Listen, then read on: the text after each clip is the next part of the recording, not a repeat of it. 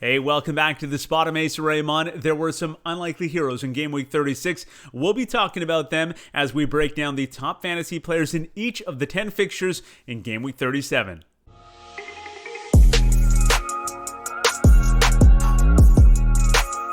We have just 2 game weeks left in the FPL season, and if you haven't subscribed to the channel already, please do so. It is the spot for fantasy footballers, especially those in fantasy draft leagues. All right, it's a condensed show this week. I won't be doing the waiver 11. I'll just be focusing on the 10 fixtures for Game Week 37. And it was an exciting Game Week 36. Liverpool making like the Bee Gees and staying alive thanks to Alisson's header in stoppage time to beat West Brom.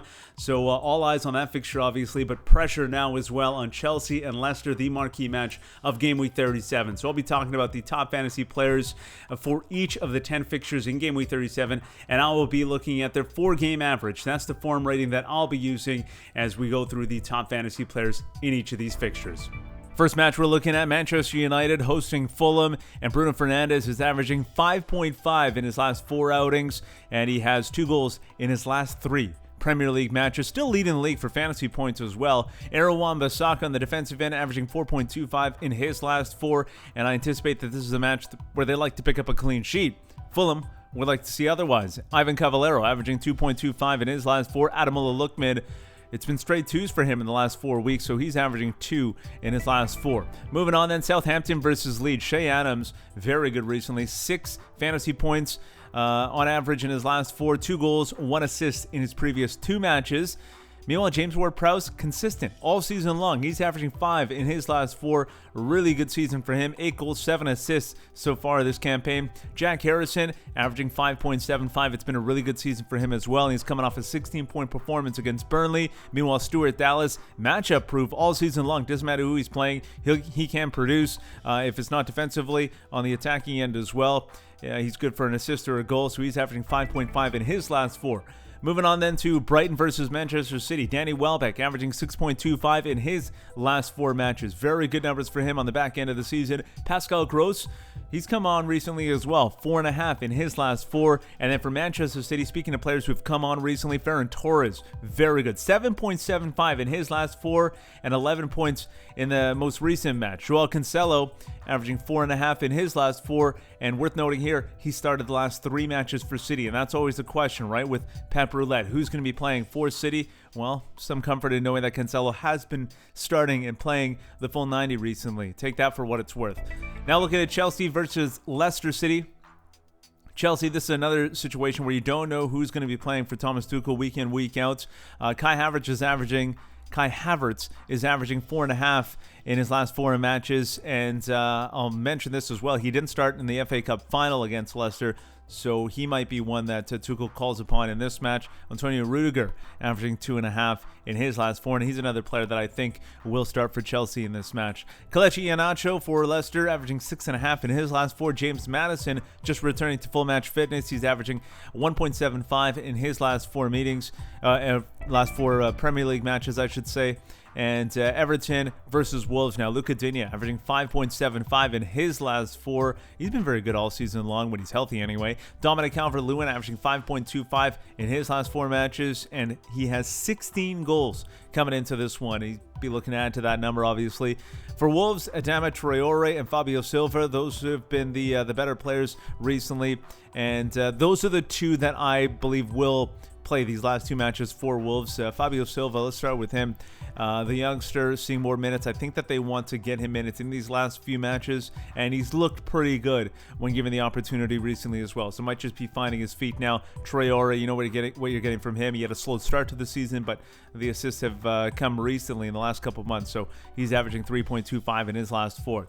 Now Newcastle versus Sheffield United, and Newcastle, they know they're safe. They know they're not being relegated, so they've been playing freely, and it's been fun to watch. Joe Willock averaging 4.75 in his last 4. Alan St-Maximin averaging just 2 points in his last 4 matches, but this is an opportunity for them going up against Sheffield United to really open things up and score goals once again, and they have done that in the last couple of weeks. For Sheffield, it's David McGoldrick averaging 3.5, and Daniel Jebison, who scored in the last match in his Premier League debut, and he looked very good as well. So he's averaging just 2 in his last 4 matches, but really just played all the last 2 matches. Started the last match, the one before it, came off the bench. So Jefferson, one to pick up if he's available for you. And yeah, if you're thinking about just throwing caution and win, having some fun with the last 2 weeks, Jefferson might be one to pick up and play. For Tottenham versus Aston Villa, Gareth Bale, very good as well recently. What can you say here? Averaging 9.75, probably the best form player right now. 9.75 in his last 4. Son Heung-min, very good as well, averaging 8 fantasy points in his last 4 meetings. Anwar Al-Ghazi seeing more time for Aston Villa recently, and you're seeing the fantasy production go up as well. John McGinn averaging 2.75 in his last 4. Moving on then to Crystal Palace versus Arsenal. Eberechi Eze, he's been solid recently. He's averaging 7 fantasy points in his last 4 meetings. Christian Benteke, very good as well. He's got a goal in 3 straight, and he's averaging 6 in his last 4. Emile Smith-Rowe's come on again for Arsenal, 5.25 for him in the last 4. Pierre-Emerick Aubameyang, been waiting for him to come on throughout the entire season. It's been a disappointing year for him for sure. 4.5 in his last 4. Burnley versus Liverpool, Chris Wood didn't come through last week, and I was hoping he would. He did not. 8.5 in his last 4, those, so that average still impressive.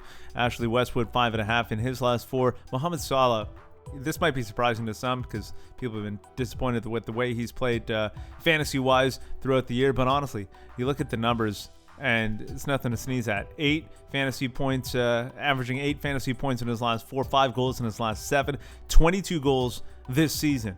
Trent Alexander-Arnold had a really slow start to the season as well. He's come on recently. He's averaging 6 in his last 4.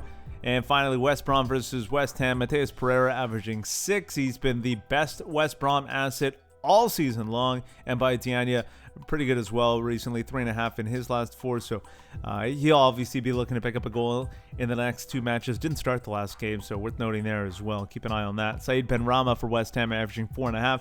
And Michael Antonio averaging 4.25 for West Ham. And the one that's been a little bit quiet there is Jesse Lingard. We'll see if he comes up with any big performances in the final 2 weeks of the EPL season. Well, that wraps up another Game Week preview video. I hope you enjoyed it. If you did, give it a like. Make sure you subscribe to the channel as well. And let me know what you'd like to see in the offseason in the comments below, or hit me up on Twitter at TheSpot4FF or at Asa Raymond. Enjoy the rest of your week. Whatever you're doing, do it safely. Thanks so much for hanging out at The Spot.